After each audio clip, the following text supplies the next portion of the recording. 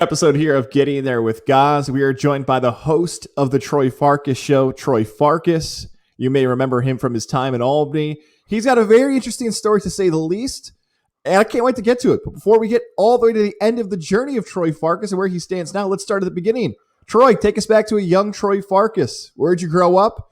What'd you want to be when you were 5, 6 years old, and was it the same thing you wanted to be when you were 18? I love how you said that the journey you made it sound like the journey is over. I'm 25 and the journey has much begun here. Yes. Thank you for having me on, by the way. So the journey, 5, 6 years old, I wanted to be 3 things when I was that age. I remember distinctly telling my parents what I wanted to be, all simultaneously, by the way. I wanted to be a waiter, a police officer, and a member of the New York Yankees all at one time. None of those came to fruition, nor did I really pursue any of them. I realized very early on that the waiter industry isn't maybe a career that you want to hang your hat on. Shout out to the great waiters out there, but it's not something that you want to go to college, whatever. Police officer, no. Great for Halloween. And then Yankees player, I quickly realized that A, baseball wasn't my favorite sport, and B, that I probably wouldn't make it to the pros. Yeah, and like you bounced around a lot as a kid too, because we've had your older brother Brady on the show, who is a host out in Vermont. You guys lived in Seattle, New York. I feel like I'm missing 2 cities in between there. Yeah, so I was born in Seattle. Brady was born in California, so I never lived in California. I was born in Seattle, lived there for only a couple months, so that's why I'm not a Seattle fan of any kind, just because I wasn't conscious really while I was there. Moved to North Carolina, lived there for a couple years, moved up to Albany. I was 4 or 5 years old. Then my dad, turbulent newspaper industry at this time when things were just starting to change, and he kind of bounces around from place to place, Syracuse, somewhere in Pennsylvania. I continued to stay in Albany, and then I ended up going to college there as well. So take us through that decision. When you are getting ready to graduate high school, you decide to go to UAlbany. What are you pursuing? Sadly, it's not the waiter route like we may have been rooting for. Why and what are you hoping to accomplish at UAlbany?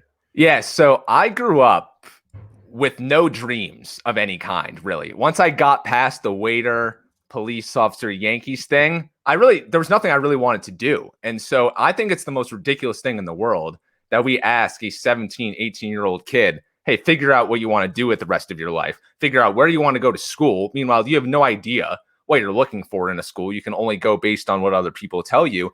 And you have no idea really what to look for in a career. It's such a hard question to ask, and I had no answers to any of these questions. And when I was a senior at Shenandoah, I was having a great senior year, had a really good friend group, had a great girlfriend at the time, basketball career, music career, like all this stuff was going on. I was paying no attention to the next step of my life because I didn't want to get there. I was having such a fun time in the moment. So I didn't really give much thought to it. So it kind of ended up being a last second decision to go to UAlbany, because I couldn't really justify going to a Syracuse or a whatever expensive school if I wasn't going to go there for a specific educational purpose. So I landed on UAlbany, and I went there undeclared, had no idea what I wanted to do. I had always loved history. I'd always kind of had in the back of my mind that I wanted to be a history teacher. I had this amazing male 7th and 8th grade social studies teacher that kind of made me fall in love with history. And I thought maybe I want to be a history teacher, but I wasn't sure. So I went undeclared. Year goes by, and I say, you know what? I want to study history. I love history. I love it in the classroom. I'm a history buff. I love Jeopardy. This is just, quite frankly, what I like to do in the classroom. I don't know if it's going to translate into a career, but it's just what I want to study. And then you're not a history buff all of a sudden, because when you and I, our careers crossed path, you interned with us at 104.5 The Team. I feel like at that point, there's also a connection to the Baseball Hall of Fame. When do you make the turn from history to more of a sports studying at UAlbany? Yeah, so I'd always told myself that I wouldn't get into the family business, the media business. I am a contrarian by nature, at least I like to think so. And so I wanted to be different. But then the end of my freshman year, I wasn't liking UAlbany too much. I didn't fit in too well. And so I was just kind of looking for some things to do so that I wasn't lonely or sad and whatever.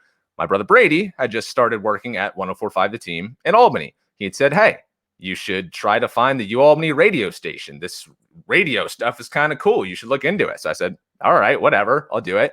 And not a big media school, so opportunities were pretty plentiful just for me to just plug and play, go right away. I love sports. I'd always loved sports. And so I was able to start talking about sports on UAlbany's airwaves, UAlbany sports, local, national sports, like whatever. It was my canvas that I could paint, and just started doing it. And I just started doing more and more and more. I'd maybe decided, okay, maybe I want to be on TV. So I'd hit up the great, I don't know if you've had her on yet, but Liana Bonavita, the News 10 Albany anchor. She's amazing.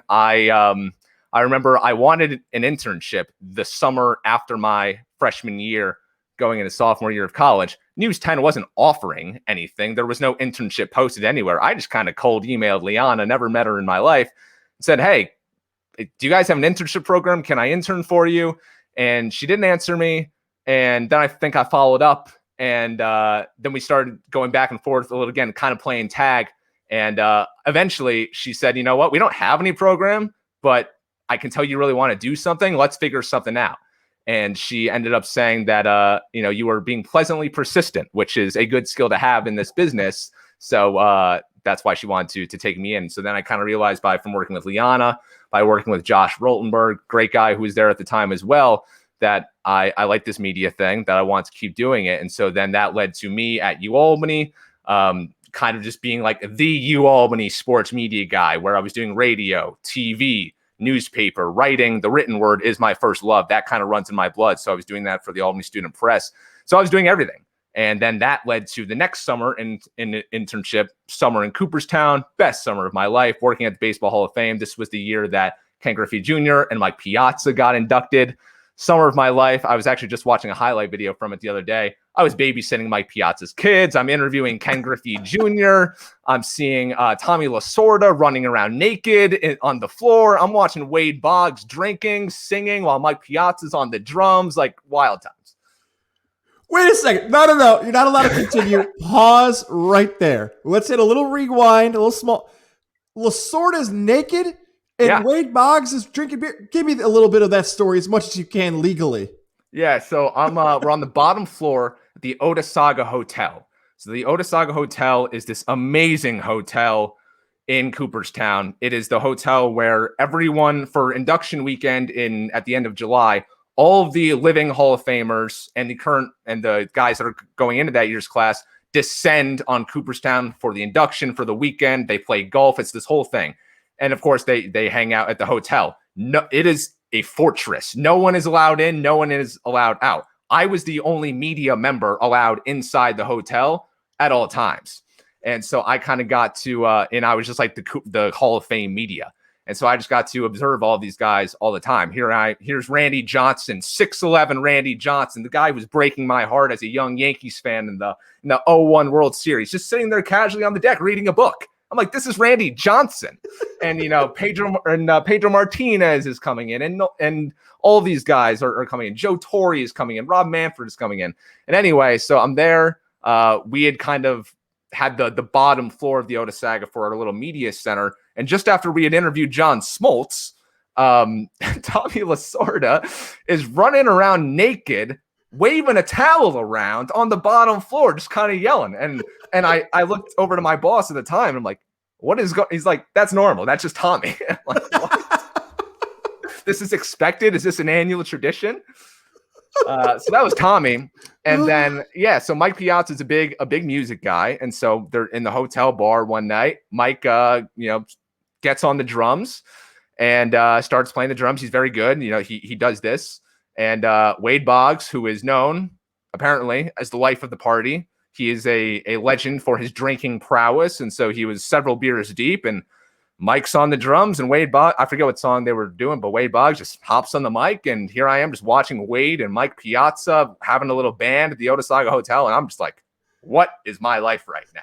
One of many times that has happened in my career where I'm just like, what is going on? How did I get here? Yes, and you would think for most sports fans, hearing those stories enough, you're going to retire. All right, I'm good. Like, that's it. That's my life. We have not even close to scratch the surface of the things you've seen. So I don't want to skip ahead too far, but you do the Baseball Hall of Fame thing. And at some point here, this is, like you said, your sophomore year, then the possibility of becoming a real life employee getting paid to do these things starts popping up, because I believe it's a connection you make at the Baseball Hall of Fame. that leads you to an entry-level job at ESPN, correct? That is correct. Yeah. So I graduated UAlbany in 3 years. So so I only had 3 years to work with. And I had known that there was a guy at the Hall of Fame. What was great about this internship program at the Hall of Fame was that it was super structured and it had been going on for a decade plus. And there were people from all around the country that were a part of this prestigious program who worked in all different departments. And so there's the STEEL internship program. And so it was kind of, the alumni kind of help each other out. And so I asked for this master list of every single intern that there once was at the Hall of Fame. And it said, hey, here's contact info. Here's where they are now. Here's where they're working. Here's where they're living. So I just kind of went down the list of people who were at places that I thought maybe would be cool to work at. And I stumbled upon this guy, Jeffrey Aronson. Never met him, but I just kind of cold emailed him and said, hey, I'm Troy. I'm a STEEL intern. You work at ESPN in LA. That's pretty cool. I'd love to work there one day. Let's hop on the phone one day and just chat. Like, nothing, looking for nothing. There was nothing to be had at that time, but just to get my name in people's minds. And then as I'm applying, just as I'm about to graduate UAlbany my junior year, I'm applying to places around the country, small outlets, big outlets, and ESPN is one that actually gets back to me. And this is probably, the one that's casting the widest net and getting the most applicants. And it was because I think my theory is that I had said to Jeff, hey, Jeff, I've just applied for this job at ESPN. Is there any way that you can get my name, my resume in front of an actual pair of eyes? No, not a robot, not an algorithm. And he said, sure, we have this program where I can give you an employee referral and we can, and I'll do that and let me know how it works out for you. And then not soon after, I heard from ESPN, go back and forth, do a couple interviews, and boom. I want to say that's incredibly rare, but the more and more I've done this podcast, the cold calling, the going out and just being a little bit of aggressive towards people has worked out for a lot of people. But that is unique in itself that you never met the guy in person. You've never talked to him on the phone. It's not like you have a friend of a friend. Just an internship list, cold call, cold email gets you in front of somebody. And sure enough, boom, you're hired in Bristol. Yeah, it's the way to go. I mean, people are a lot nicer than we think. We give people and strangers and the way the world is now, we give people a bad rap, but people are truly good at heart, and we don't give them enough credit for that. And people want to help you out. And especially people like Jeff in that situation, remember when they were like you, right? They remember when they were the kid who didn't know what they were doing, who was just freaking out, trying to figure out what to do with their lives, especially in the early stages. And they remember that kid. And there's a part of me that thinks that, they all just kind of go back to that time in their lives and feel some sort of empathy for me in that situation. And so people are a lot nicer than you think. So that would be my advice to any young person out there, is just take a shot, get out of your comfort zone, cold email, find any connection that you can, whether it's an alumni of an internship program, of a college, of a high school. You guys worked at the same restaurant in New York City at some point, 30 years apart, whatever connection you can find, try to make it. So there you are, fresh out of college. You are in the elite air, the rare company where you're someone who's going to graduate college and you're going to the worldwide leader. This is your first job, your entry-level job. You're going to Bristol. Some people look at it as the Holy Grail, the Mecca, whatever you want to call it. You are going to this spot. It's not a 9-to-5, as you find out very fast. Yeah. So take us through your first responsibilities as an employee to ESPN and what a day and a week looked like for you. Yeah, so I wanted to at the end of college, I kind of finally landed on what I wanted to do. I decided that I wanted to be on documentaries, that I like sports, but I'm not a diehard rah sports fan, stats, final scores, gambling, all that stuff. I like the stories. I like how sports are a less serious, because politics is too serious, news is too serious and depressing. Sports is a mirror in which to see the world. Triumph, tragedy, winning, losing, hard work, teamwork, all these universal themes, right? And so I kind of stumbled on that. And sports documentaries, 30 for 30s, really highlighted those things. And so when I got to ESPN, I kind of realized that, all right, I got to figure this out. I got to figure out this docs thing. Problem was, I was working at ESPN radio, and I wanted to do a visual medium. But I learned very quickly. I never listened to a podcast before. I never listened to a radio documentary before. But I kind of realized very quickly that I could make a dent there. And so what I did was, my idol was Jeremy Schapp. Loved Jeremy Schapp. Loved E60. Loved his reporting work. Great guy. And I'd found out 2 weeks there, I just see an email from this guy named Dan Z, who sends out a show note, which is just a summary of an episode of a radio show, The Sporting Life with Jeremy Schapp, Saturdays and Sundays, 6 a.m. Eastern time.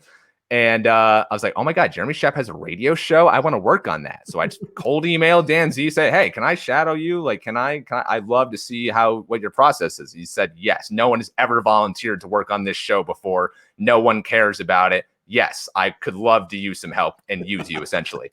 And so then that was kind of like my side gig. I undertook the Sporting Life thing, made it my baby, was producing a show, booking guests, recording interviews, all of this stuff for my idol, a dream come true. Now, this was my side gig. This wasn't what I was actually brought there to do, but I took way more pride in it. To answer your question, what I was doing was, so I was a production assistant, ESPN Radio, on a contract, an 18-month contract, so not technically an employee of Disney. I was hired by an outside agency. And so I started out in the screening room, which is where, we bring in the feeds of all the games, MLB, NBA, NFL. You cut highlights, you identify the notable plays, the notable storylines, cut highlights, cut sound from press conferences for use on our radio shows, for use on SportsCenter, for all the PAs and screening. It's always a moment of triumph when one of your highlights that you cut makes it onto SportsCenter, some crazy Kansas City Chiefs radio call or whatever it is. So I was doing that. And then you transition to running the board, which is just, pressing the buttons for all the shows, hitting breaks, making sure everything, I kind of equate it to like the offensive line. No one gives you praise when you do a good job, but everyone will just shit on you when you do a bad job because people will notice because your quarterback gets sacked or your host, something happens to your host. And I was terrible at it, absolutely terrible at it. So terrible at it that there's some famous mistakes that I made that will live in the ESPN archives forever. One of them is called Terry Rozier, where I was like I'm on SportsCenter all night, 3 a.m., right? Recorded radio. It's pre-recorded. I'm the only one in the studio. I'm editing stuff. Something was messed up on the board. I'm editing stuff over the air. I'm editing a Terry Rozier highlight against the Cavaliers in the playoffs. And so it's just over the air. I'm unaware this is over the air, but over the air 20 times. It's Terry Rozier, Terry Rozier, Terry Rozier over the host talking. And it's just, there's maybe like 10 different instances of things like that happening. So I actually almost got kicked off the board and had to like prove that I could do it.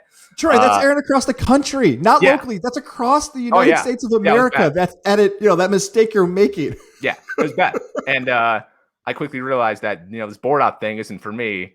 And then I was, APing shows, was eventually producing SportsCenter all night, all that good stuff. Not glamorous. Obviously, radio's 24/7, weekends, overnights, off day, Monday, Tuesdays in rural Connecticut. Hard to have a life. It was hard. It was depressing, hard to make friends. And, especially when that first year, all of my friends are still in college. And so I'm seeing their IG stories and their Snap stories. They're having the time with their lives, having a year that I never got to have. And it was tough. It was definitely tough. Yeah, it's tough because that social aspect that you think you want to have in your early 20s is not there because you're grinding at a job and you're surrounded by the pressure of, this is a dream job. Let me not take this for granted. But some of the things that my friends are having, maybe I took that for granted because I'm not there for that fourth year, like you just mentioned there. But those hours are all over the place. Like you're working early in the nights, you're working overnights, you're there. You can't do the regular shift that somebody who's 21 or 22 is doing. Now, with that being said, you mentioned your legendary Terry Rozier moment. Also at this time, because of your sleeping schedule, you have to be creative in which you find ways to sleep.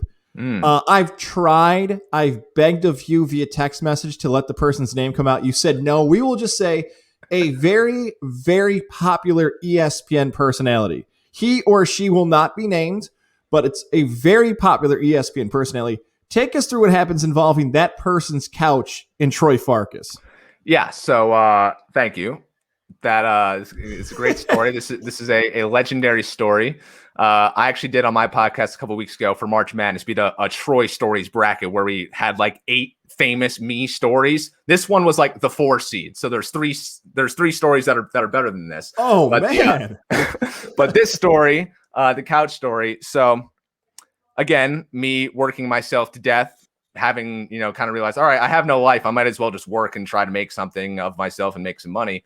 And so what I was doing, so I had the overnight shift. I'm producing Scan, which is Sports Center all night. So this shift is from like 8 p.m. to 4 a.m. So I get to work that day at 4 p.m. working on a side project for ESPN. And it's supposed to storm that night. And I have to be back, again, side project with Jeremy, 9 a.m. the next day.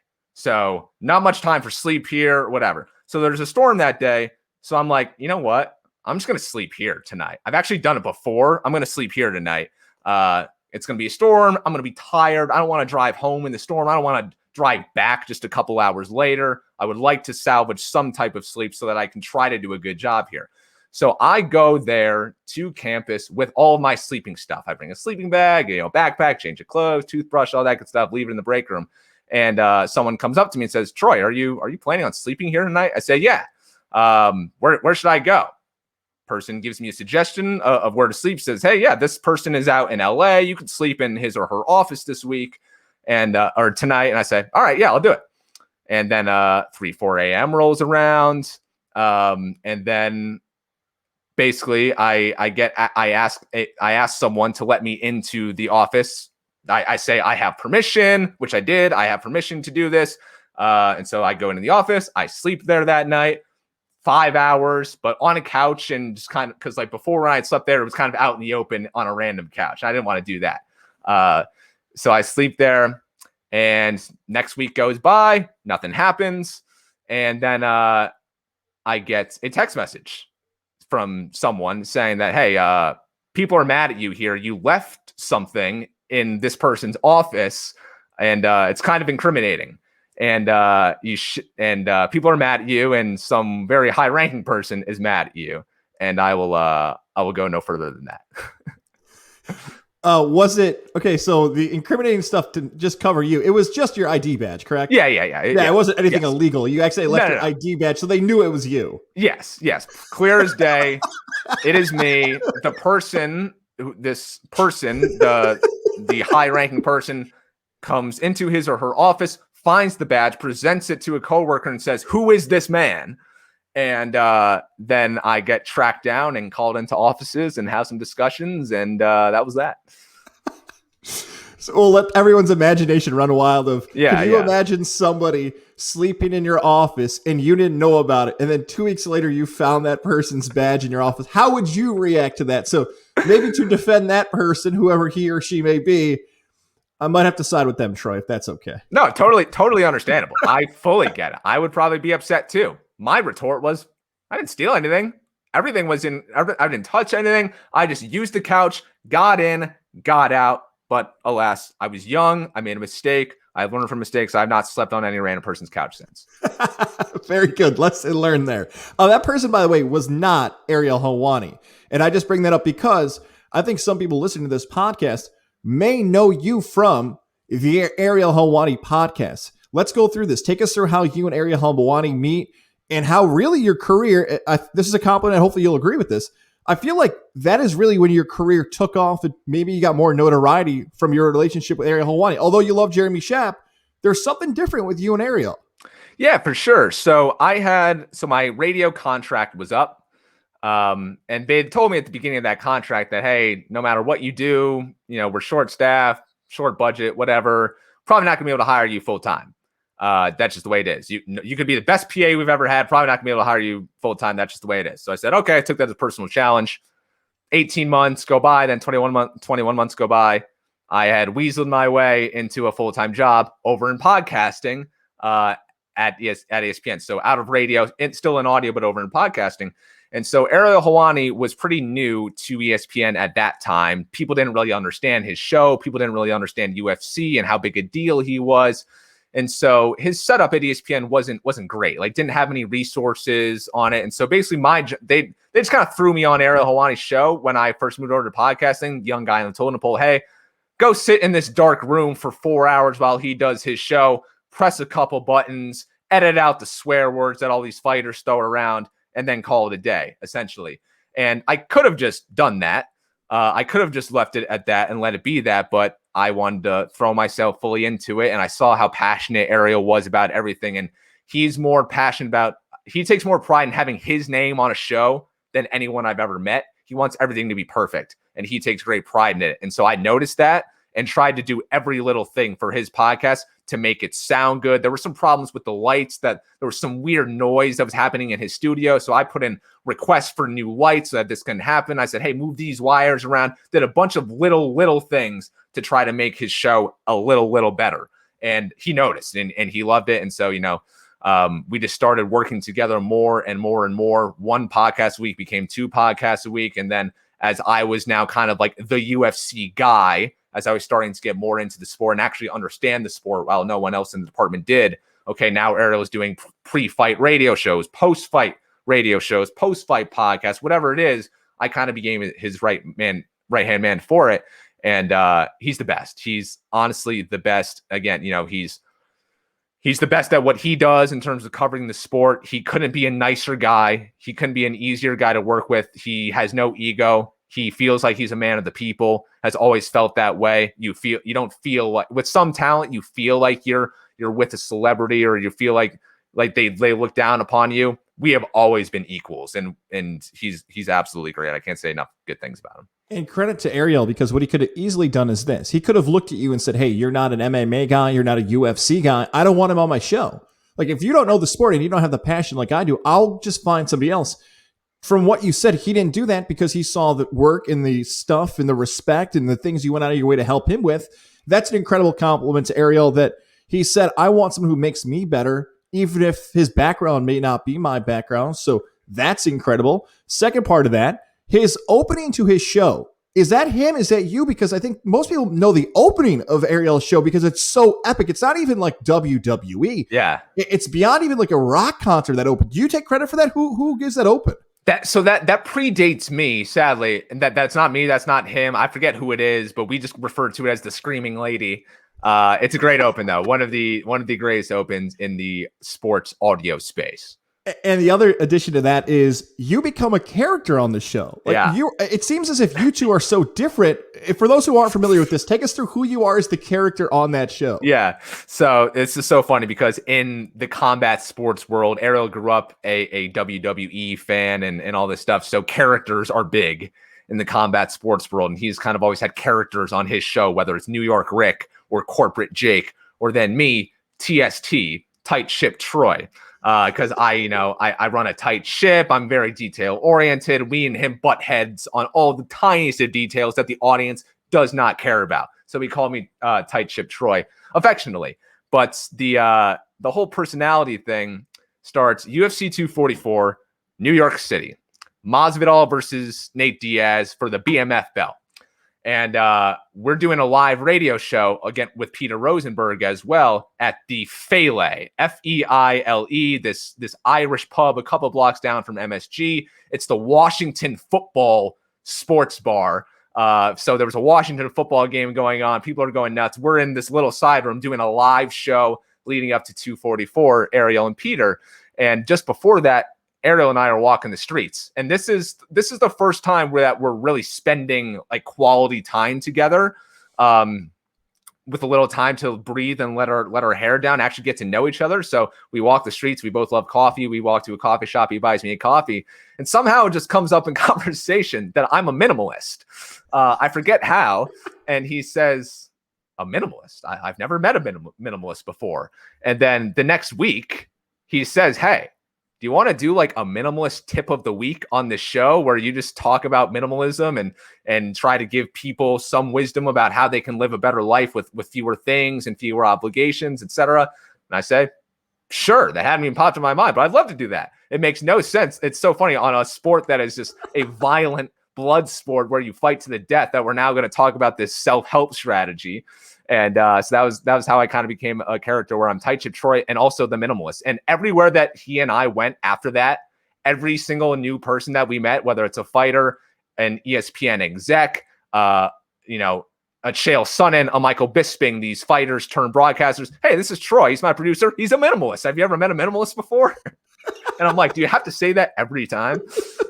I'm not sure if it's a compliment still or if it's an insult. And by the way, if you're watching on our YouTube side, just assume what you're seeing as Troy's background is his entire apartment. Like, that's it right there. There's nothing else. Those are his trees, his lamps. If he turns the camera around, just assume it's just blank walls. All right, we'll just do that for the sake of this, okay?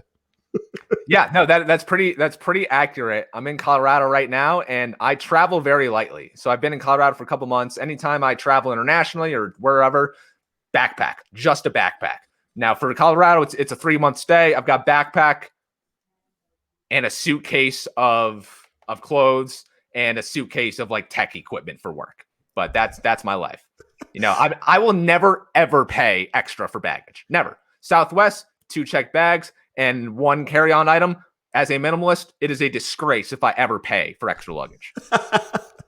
Look, you had a great relationship with Jeremy Schapp, Ariel Helwani. I don't want to scoot over Buster Olney.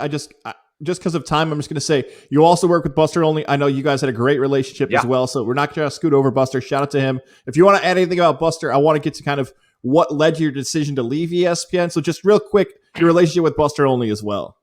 Buster's the man, and I know you guys loved him at 104.5. Great guy. It was super fun, especially because I'm a morning person, like an extreme morning person, and so is Buster. He's used to it from his years of waking up at 4 a.m. on the farm tending to the horses.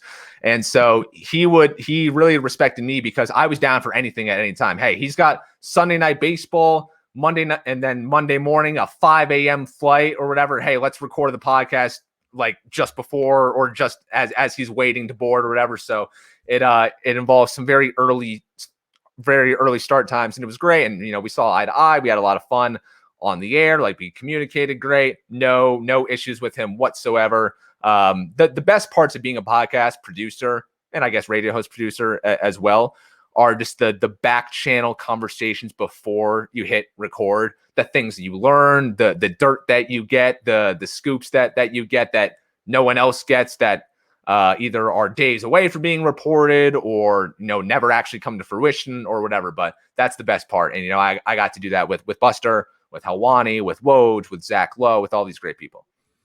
The next part of this, you can answer as much as you want, as little as you want, because you've launched the Troy Farkas Show, and a lot of the topics we're going to touch on next you have covered on your show. So I fully respect if you want the clicks, the downloads, the subscriptions. Please do it anyways, the Troy Farkas Show. A lot of the stuff you cover in length on your podcast. But again, as much or little as you want, I'll respect all these answers coming up. Kind of take us through why, after all these great stories and these relationships and this career progression you're having, what led to your decision to leave ESPN?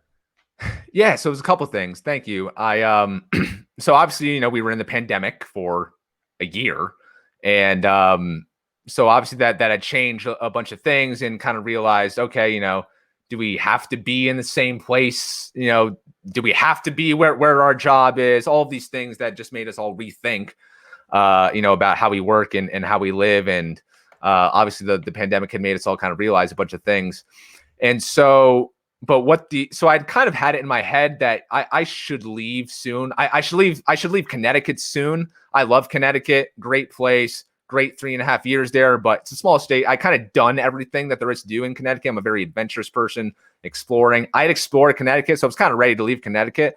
Wasn't ready to leave ESPN, but I kind of had in my mind already that I was going to make a change at some point. Now, the pandemic accelerated a lot of changes for everyone that probably needed to come to fruition, but might not have happened so quickly. And that happened with me here. So at the end of November, there were a lot of layoffs at ESPN. That was well out there.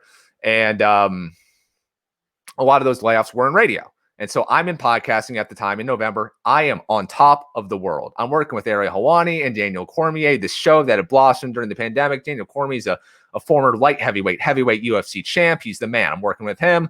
I'm doing a podcast with Brian Windhorst, who is also the man. I love working with him. And then I was also I was finally, to get back to that Jeremy Schapp thing, just realizing the one dream that I had set out on, which was being a part of a documentary team. And so the opportunity had come across in the summer that Woj was doing this 3-part podcast series about Giannis Antetokounmpo, about everything before him getting drafted in 2013 by the Milwaukee Bucks. And so it's a 3-part podcast here, small team, me and 3 other people, including Woj, just grinding on this thing for months. And that was my dream come true. And it was the only thing I ever wanted to do. And in November, that came out. The very same week as I am putting out the finishing touches on my dream project, I'm on top of the world, I'm loving life, I get a call. And the call is basically from someone that says, hey, cuts made, things are changing, radio laid off a bunch of people. The bosses, the highest up of bosses, says that radio needs to take you because, you're the young guy and you have radio experience. There's only maybe 2 other people in podcasting who have radio experience and you're the youngest one. So you're going to go over to radio. Now, I didn't want to lose any of my podcasting responsibilities because I genuinely loved it. I loved podcasting, didn't love radio. As I had said, bad life, not for me, not good at it either. So I was then doing podcasting and radio simultaneously. So I was basically podcasting during the week, 9, 10 a.m. to 4 or 5 p.m., hour break, radio, 7 p.m. to 3, 4 a.m., repeat, wake up at 8, 9 a.m. Now, I struggle sleeping when the sun is up, so sometimes I wake up at like 7 after going to bed at 3, and then long day ahead and long night ahead. Miserable. And I knew the second that these changes were going to happen that this was going to be a terrible decision for my career, for my health. I didn't want any part of it. I levied complaints to several people, some of whom were completely on board, some of whom were not. And so I basically said, and I kind of received from a very high up person who basically said, hey, this is the situation. This is what it is. You either do it or, you gotta figure something else out for yourself. Do what's best for you. So I took that latter option and knew from that moment on that I needed to leave, that I needed to figure out an escape route. And that's what I did. So what are you doing now? Where's the path taking you at this point? Yeah. So I'd kind of landed on in around January that I wanted to do my own thing. ESPN's an amazing company, an amazing culture. But I didn't really, there was always something uneasy about working for a massive company. As someone who loves supporting local and loves small business and loves freedom and flexibility, like it didn't really mesh well with my brand, I guess. And so I was always kind of uneasy with that. So I said, I don't want to go work for another big, massive corporation. I kind of just want to do my own thing or work for a much smaller place. And so as I was leaving ESPN and still trying to figure things out, I'd kind of said, okay, I want to do, I have a lot of connections in this space right now. Maybe I can just be an independent podcast producer for an athlete, for an analyst, for whoever wants a podcast, whatever I can find. And so through some conversations I had found out that Chael Sonnen, a former light heavyweight championship contender in the UFC, like a big voice in MMA media now, that there was an opening for who was producing his podcast. He had separated with the place that was doing it. I get hooked up with Chael and his team and a couple of conversations back and forth. And then Chael hires me to do his podcast twice a week. And it's a lot of fun. And so I had that. I was working on that in February as I was also leaving ESPN. So I knew I had that to go to. Now, that wasn't enough. I still, like hours wise or money wise, it wasn't enough to completely fulfill me. And so then it was funny, after months of kind of searching for opportunities and not really coming up with anything, one kind of just landed right in my lap. A close friend had kind of, he was leaving a spot to go somewhere else and said, hey, this play at Religion of Sports, which is the company founded by Tom Brady, Michael Strahan, Gotham Chopra. They were the ones that did Tom versus Time and a couple other pieces, Muse, whatever Steph Curry's documentary was. They've got some with Simone Biles. They were getting into the podcast space. And so basically this guy vacated this position and recommended me to go fill in and help ROS, develop stuff in the podcast space. So that's what I'm doing right now. Chael, ROS, and some other things in the works as well. Love it, man. It's exciting where it's gone. And plus, not only are you doing the things with ROS and helping that get established and helping the host out, you have launched your own show. So the Troy Farkas Show, for those who haven't had an opportunity yet to listen to some of your episodes, what is the hope of listeners for the Troy Farkas Show? And have you enjoyed doing it? Because, you've had this mix of in front of the mic, behind the mic. Yeah. Are you enjoying the show as a host now, getting to basically run the radio term, the one mic? Yeah, of course. So I started in September. I think in the pandemic, I know me and a lot of other people my age and probably everyone else just kind of felt stuck, right? We've been at this for so long, no end in sight. I just felt creatively stuck and I wanted to do something about it. And I've always been fascinated by it, essentially just because I've been living it the past few years, of just young people just out of college or in college or a couple of years removed from college, and about just all the things that we think about. There's a lot of things that we think about that, where should we live? Who should we surround ourselves with? What should our values be? Like, how do we find fulfillment in life? Social media, comparison, mental health, anxiety, all of these things that I could bitch about to my mom. She's gonna be like, all right, suck it up, deal with it. This is kind of the place where all of us collectively can just kind of like have a therapeutic session for one another and get through it together. And so I was doing the podcast from September on, but not dedicating as much time to it because of all this ESPN stuff that's going on, because I was then working 2 jobs at ESPN. I was just kind of doing it when I could every week. And just kind of an escape creative valve for me. But then when I left ESPN, I also knew that I wanted to put more time and energy into it. I'm now at 2 episodes a week, Monday, Thursday. Monday is just, I love writing. And so Monday, I write a little essay that's kind of some advice or something, some of my own thoughts that someone that's 22 would get value out of. And then Thursdays, I welcome on sometimes a friend or sometimes a stranger, someone I don't know. That is usually, again, in that 18 to 30 age range. And we just talk. We talk about our lives, our careers, and the things that we care about, that our generation cares about. And it's very therapeutic, and I love it. And it's so much fun doing it. And I plan on continuing to do it for a while.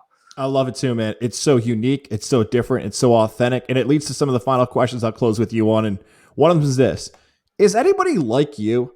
And I hope you take that as a compliment. And what I mean by that is, Troy, I think if I interviewed you if you were 18, and then if I interviewed you as my intern when you were in your early 20s and now you're in your mid 20s, I truly don't know if someone has developed both emotionally, psychology-wise. You have really evolved. And that's a compliment. And that's not saying it's a good thing or a bad thing, but like, I feel like you have an awareness level that is so rare for people your age. And I hope you know what I mean by that. No, it's funny because someone also said that. Someone who's 43 said that to me last week when I was talking to her. I don't know who I was before I was 18. Honestly, I don't know who I was before I was 20, because when I was 20 was when I really started to have kind of a transformation. It was when and I know this sounds cliche, but when I studied abroad in Scotland in the fall of 2016 was when I'd kind of broken away from my home, from my upbringing, from what my family and what my town and what my coaches and what my school wanted me to be, right? When you're young, you're just kind of told what you want to be. You don't really develop that identity, that sense of identity yourself. It isn't until after that you come to that. And so when I was in Scotland, that was when I kind of started to actually realize who I am and where I want to go in life and the kind of person I want to be. I never thought about those things before. And it was this, I take recommendations very seriously. And so a 2 close friends had recommended this film on Netflix called Minimalism, Live a Meaningful Life. And so it was that documentary that kind of changed my life. It led me to books. It led me to podcasts, it led me to other documentaries about self-improvement, about not taking things for granted, about being grateful, about focusing on what's really important, about focusing on your health, about not making work so much of your life. It's important. You need to make money. You need to have a roof over your head, food on the table, but it's not everything. We are so much more than that. And that's over the last few years. I just spend every waking thought thinking about how can I be a better person today? And yeah, I'm not sure if anyone else my age is really like that. Maybe you get to that at a later stage in life, but I think right now a lot of people are just kind of focused on, on grinding away at jobs and partying and what they're doing on the weekend at my age. But I've been for a very long time now thinking about how can I be the best me? And yeah, I'm not sure if everyone else does that. You have a unique take on mental health and the awareness of life and where you stand in your overall life, but you also have a unique take on just podcasts in general. And I bring that up because, look, when I've entered this field in this genre, you and I both have traditional media backgrounds where we studied at schools to learn about radio or television or newspapers, writing, whatever it might be. But at this point, when we're taping in April 2021, and I don't want to speak for you, I think it's probably likely, there's no professor out there teaching how you should host a podcast or how to make money or what to do with sponsors or how to book guests. You have a unique perspective in which you've worked with professional people doing this. For those people who are looking to launch their first podcast, what is the best advice you've learned in your professional career in doing it and to have success with it? Definitely. So I think the number one biggest thing is consistency. You need to have consistency in terms of what day of the week that you're doing, what time of the week that you're releasing your episodes, because I know, and I knew that when I was at ESPN, and I had learned, because when I first discovered podcasts was, again, that first year at ESPN, just that more so as a fan, I discovered shows that I liked that brought me value. And it was, the ones hosted by the minimalists and more self-help and sports, a Bill Simmons, a Barstool, whatever. Because I was so, for lack of a better word, miserable in my life, podcasts were an escape for me. They were something for me to listen to drown out my own thoughts and to go have some laughs and whatnot. So that has always stayed at the back of my mind when it comes to podcasts. Someone is listening to this as an escape, to get some value from it, to get away from their own heads, to stop just running the hamster wheel in their heads all day. And so I know that that person was expecting Ariel Helwani's MMA show Wednesdays, 4 p.m. every day for their train ride home, for their walk home, their bike ride home, whatever, before they went into their overnight graveyard shift at the job that they hated. That was their highlight of the week. And so I know that consistency as a producer, as a host, is so important. And so you just need to think of that at all times when you're trying to build a show, because if people can't rely on you, why are they going to come to your show? Is there any chance on Getting There with Gaz, we can get the number 1 seed story from your podcast? You told me that this couch story was 4. Troy, can you give me at least one of the higher seeds? I can't believe that still. So so we did a bracket, March Madness style, and the overall number 1 seed actually did not win. Now, I will say that the 1 seed, we had to cut out. I did this podcast episode with my friends, Jake and Connor. I had to cut out a lot of the 1 seed because a lot of that stuff was not great for public consumption. So overall, had we been able to give out every detail, it probably would have won. But because we had to cut out the real juicy details of it, it got upset in the early rounds of the tournament. So the number 2 seed, the Ice Storm story, won. So what the Ice Storm story is so at ESPN, the perks of working there, if you're a young person who's there on the weekends, overnights, whatever, if there's a snowstorm, they'll put you up in the hotel, down at the hotels down the street from campus, so that you can get to and from work safely. A lot of people live in West Hartford, 30 minutes away. They say, hey, we'll take care of you. Stay in the hotel, shuttle over to campus. And so a bunch of us were in that situation, and we were staying at a hotel down the street, a couple miles away, 2 to 3 miles away. And it was a really bad storm that night. And me and some guys that I worked with that I wasn't super close with yet, they were approximately my age, these 3 guys. And we were just all kind of at the hotel that night.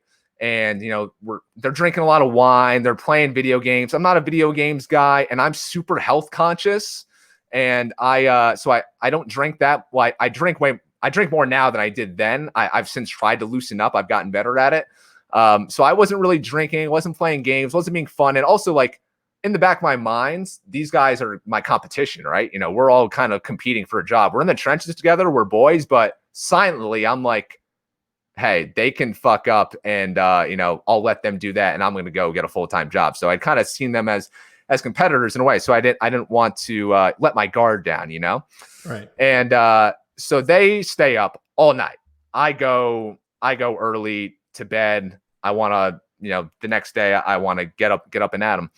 And so I do this thing where whenever I feel like I'm getting big, or, because at ESPN, there's a lot of times where you can feel big time, right? And I always want to stay humble.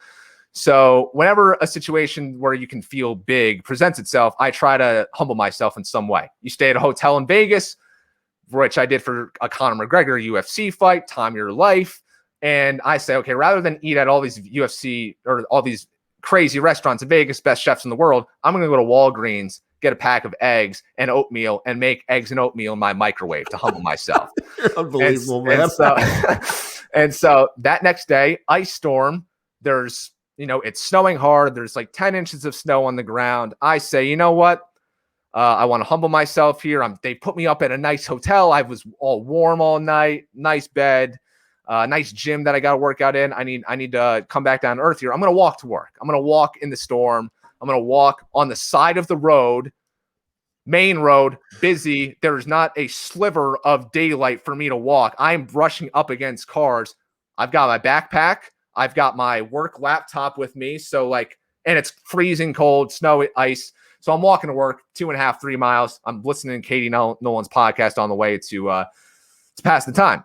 And then the guys that I was with that night, I hear Connor. I hear Connor's voice from the road. His red car pulls out on the road and says, "Troy, get in the car." And I say, No, I'm good. I'm walking to work. He's like, "Troy, get in the car. We are taking you to work." And I'm like, all right, fine. They're going to take me to work. So I get in and we're like a mile away at this point. And I was like, "Dude, I'll Venmo you for this. You don't have to do this. Thank you." He's like, "Troy, we are a mile away. You can Venmo me 22 cents if you want." And then he ends up taking me there, and I was grateful. But that ended up winning. Connor and Jake were the ones that ended up choosing the winner of this because their part of the story was also very funny because they were up all night and they were also kicking ice off of this kid's car because Jake was an hour late to work. And so they just it was a crazy story. So that was the overall winner, but feel free to listen to the rest of them. That's right. The Troy Farkas Show. And with no disrespect to Katie Nolan, she does a great job. I'm surprised that you were listening to Katie Nolan and not someone we both have a lot of admiration for. And that's our girl Halsey. You are a huge Halsey fan. I'm a huge Halsey fan. Probably not as big as you, but why do you love Halsey so much? Because I know through some of your times you've talked about the difficult hours and the difficult social life. You've leaned on her to be almost, hey, you know what? When stuff's going horrible right now, I'm going to throw on some Halsey. Amen. And that's what I love about art and artists is that, their art creates things and makes people feel things and helps people get through stuff. So I was on the overnight board the night before Thanksgiving, 2018. I'm sad. I'm depressed. I'm going to see my family the next day, but I get out of work at 6 a.m. on Thanksgiving Day. I've got to go to the MGM Springfield to meet them up halfway between Hartford and Albany for a dinner at noon, right? So I'm already just thinking about my drive there is going to suck. I'm going to be so tired. And to keep myself awake at work and active while I'm pressing buttons, I'm just blasting music to try to stay awake. And this was right around when Halsey's Without Me, her greatest song, was coming out. And so that was kind of I known her from Closer and Chainsmokers, and that was when she made her first big splash. But that song and that video and how emotional and how powerful it was kept me up at night. And then I was just doing Halsey deep dives for the rest of my overnights, going to the deep tracks for Halsey. And so I've loved her. I've loved her ever since because she got me through some tough times. And I actually, just before the pandemic started, my last great adventure was me solo trek to Norway to see her in Oslo, to see her perform. I went there solo, small place, but she was there. She was rocking it. It was just when she had released her newest album, Manic, and Time of My Life. She's got that athlete, like a mix between an athlete. What I mean by this is basically, look, there are certain moments where you say, okay, who the hell is that? Where they catch you off guard, whether it's a fighter, an athlete, an artist, something you're like, I don't know who that person is, but I'm hooked. Americana and Chainsmokers and everything else when she went through, I'm like, I don't know who the hell that is, but she's a star. And same with you, she just continues to put out great jams, awesome stuff. People probably looking at you and I are like, what? Those two are Halsey fans? Yes, I think she's great, just like you are. So love Halsey. Hope she continues to do some great stuff for her. And we'll close with this, man. It's Getting There with Gaz. People want to find out. You've had some incredible background stories, moments. How do young people, especially in April 2021, where the sports industry is so much different than it looked 14 months ago and 24 months ago, what's the best advice for young broadcasters pursuing this career to get where you are? Yeah, I mean, I think what a lot of broadcasters probably said that that maybe you've had on or I've heard in other interviews say, I got started by physically sending 300 letters, and I heard back to whatever. So whatever the modern version of that is, I do think you need to do that. I think networking is critically important. And when you hear it in college and when you hear it when you're younger, you roll your eyes. It sounds like work. You have to shake the hands of people you don't know. It's uncomfortable, but honestly, it is the best thing to do. Go into conversations with people, set up a Zoom, get coffee, whatever it is, and just rack people's brains, ask them their story, be curious and don't expect anything out of it. Just show a genuine curiosity and care for that person. And then just keep that relationship going. I used to keep a list, and I still do keep a list. I was actually just updating it today, where I kind of, okay, here's my list of 30 people that I think this could be a beneficial relationship for this person or for me. Maybe not right now, but some point down the line, this could be. Here's a column. Okay, last time I talked to this person via email, text, call, Zoom, in person, whatever. Here's the next time I should reach out to this person again to do the same thing. So doing things like that, I think really helps. And then also, and also in that vein, like, don't be afraid, like, shoot for the stars. You'll be surprised at who responds to you. And so at ESPN, the great thing about ESPN was it was such a good culture in terms of people just giving you their time. And so I talked with Jimmy Pitaro, who's the president of the company, several times. I'm just in his office, just shooting around with Jimmy, and it was great. And so my last piece of advice would be what he said to me when I had kind of asked him for advice about things, and he just pointed to something on his wall, just a little painting that said, "Work hard and be nice." And honestly, like, that's the key. Work hard, do your job, do what's asked of you, do what's not asked of you, go above and beyond, and be nice. Have a gracious attitude the whole time. Give way more than you receive, and just be nice. That's the best advice. Troy, this has been awesome experience. It's been fantastic. You're my former intern, and I'm not just proud of what you've done professionally. As a person, I feel like I'm talking to someone completely different. And again, that is a compliment, because I'm so happy of where everything has gone for you. And I'm so pumped to see where the future takes you, man. Thank you so much for doing this, and best of luck with the podcast and everything else going on for your future. Guys, thank you. I appreciate that. You will always be above me. I will always run whenever you say to, get coffee or get some Hooters wings. Goodbye. Catch you later, man.